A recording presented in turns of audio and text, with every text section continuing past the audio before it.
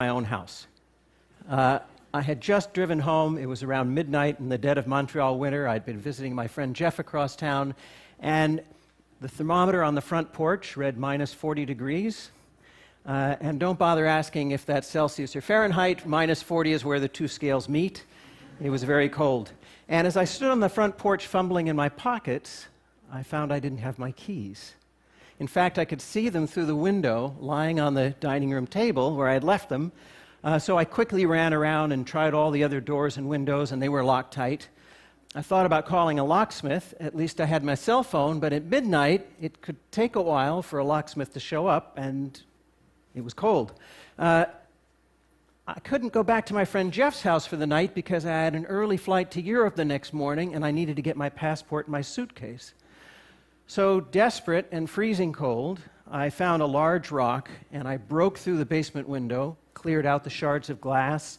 I crawled through. I found a piece of cardboard and taped it up over the whole opening, figuring that in the morning on the way to the airport I could call my contractor and ask him to fix it. This was going to be expensive, but probably no more expensive than a middle-of-the-night locksmith. So I figured under the circumstances I was coming out even. Now, I'm a neuroscientist by training, and I know a little bit about how the brain performs under stress. It releases cortisol, that raises your heart rate, it modulates adrenaline levels, and it clouds your thinking. So the next morning, when I woke up on too little sleep, worrying about the hole in the window and the mental note that I had to call my contractor and the freezing temperatures and the meetings I had upcoming in Europe, and with all the cortisol in my brain, my thinking was cloudy, but I didn't know it was cloudy because my thinking was cloudy.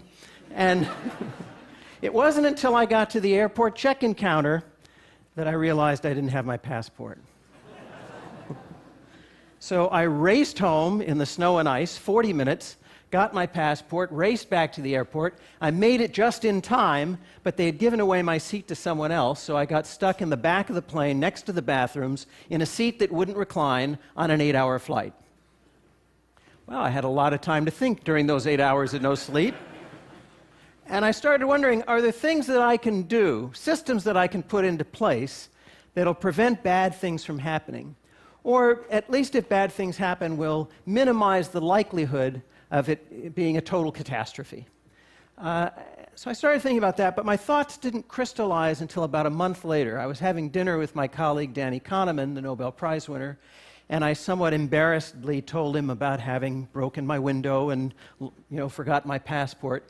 And Danny shared with me that he'd been practicing something called prospective hindsight. It's something that he had gotten from the psychologist Gary Klein, who had written about it a few years before, also called the pre-mortem. Now, you all know what the post-mortem is. Whenever there's a disaster, a team of experts come in and they try to figure out what went wrong, right? Well, in the pre-mortem, Danny explained, you look ahead and you try to figure out all the things that could go wrong, and then you try to figure out what you can do to prevent those things from happening or to minimize the damage. So what I want to talk to you about today are some of the things we can do in the form of a pre-mortem. Some of them are obvious, some of them are not so obvious. I'll start with the obvious ones. Around the home, designate a place for things that are easily lost.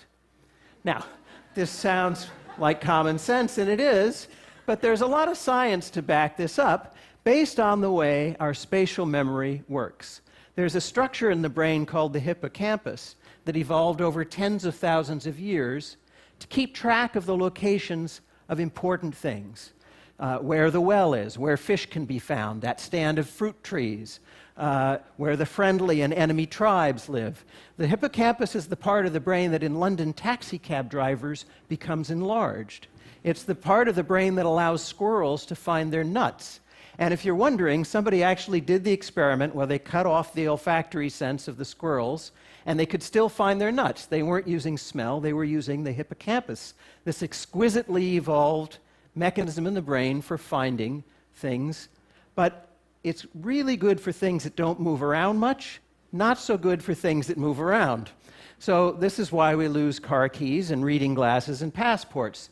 So in the home, designate a spot for your keys, a hook by the door, maybe a decorative bowl, for your passport, a particular drawer, for your reading glasses, a particular table. If you designate a spot and you're scrupulous about it, your things will always be there when you look for them.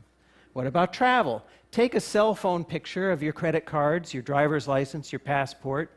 Mail it to yourself so it's in the cloud. If these things are lost or stolen, you can facilitate replacement. Now, these are some rather obvious things. Remember, when you're under stress, the brain releases cortisol. Cortisol is toxic, and it causes cloudy thinking. So part of the practice of the premortem is to recognize that under stress, you're not going to be at your best, and you should put systems in place. And there's perhaps no more stressful a situation than when you're confronted with a medical decision to make. And at some point, all of us are going to be in that position where we have to make a very important decision about the future of our medical care or that of a loved one to help them with the decision. And so I want to talk about that. And I'm going to talk about a very particular medical condition, but this stands as a proxy for all kinds of medical decision-making, and indeed for financial decision-making and social decision-making, any kind of decision you have to make that would benefit from a rational assessment of the facts. So, suppose you go to your doctor and the doctor says, I just got your lab work back. Your cholesterol is a little high. Now, you all know that high cholesterol is associated with an increased risk of cardiovascular disease, heart attack, stroke. And so you're thinking having high cholesterol isn't the best thing. And so the doctor says, I'd like to give you a drug that'll help you lower your cholesterol, a statin. And you've probably heard of statins. You know that they're among the most widely prescribed drugs in the world today. You probably even know people who take them.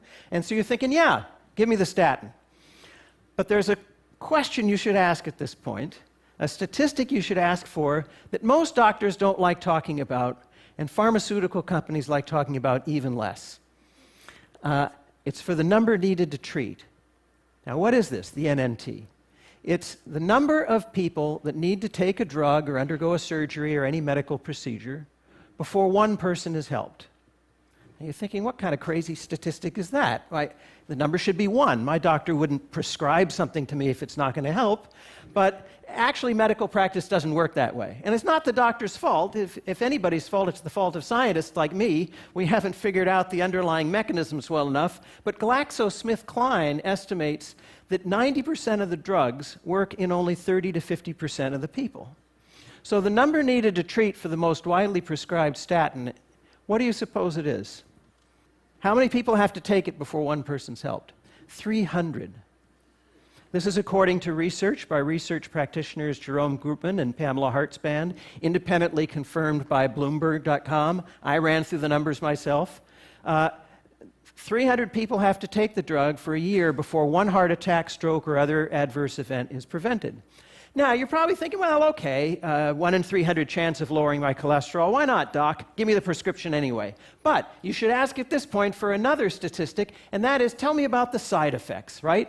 So for this particular drug, the side effects occur in 5% of the patients. And they include terrible things, debilitating muscle and joint pain, gastrointestinal distress. But now you're thinking, well, 5%, not very likely it's going to happen to me. I'll still take the drug. But wait a minute.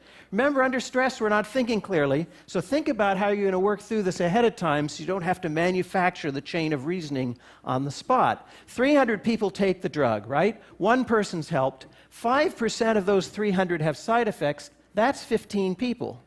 You're 15 times more likely to be harmed by the drug than you are to be helped by the drug.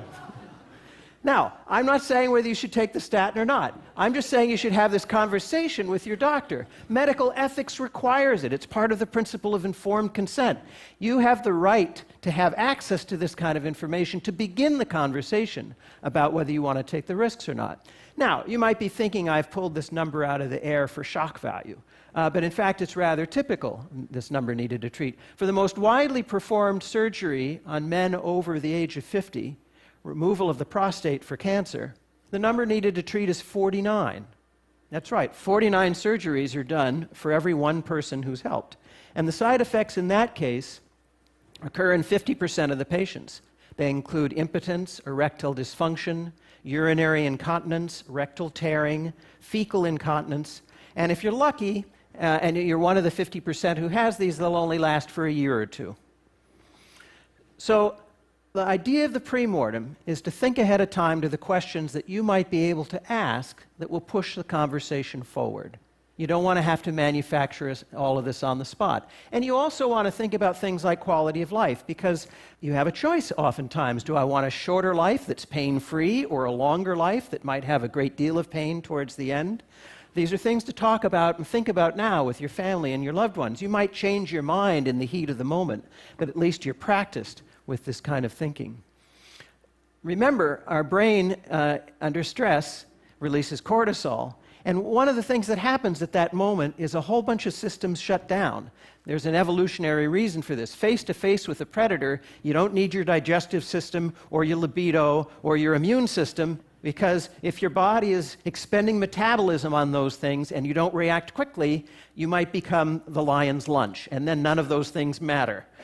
Unfortunately, one of the things that goes out the window during those times of stress is rational, logical thinking, as Danny Kahneman and his colleagues have shown. So we need to train ourselves to think ahead to these kinds of situations. I think the important point here is recognizing that all of us are flawed. We all are going to fail now and then. The idea is to think ahead to what those failures might be, to put systems in place that will help minimize the damage, or to prevent the bad things from happening in the first place.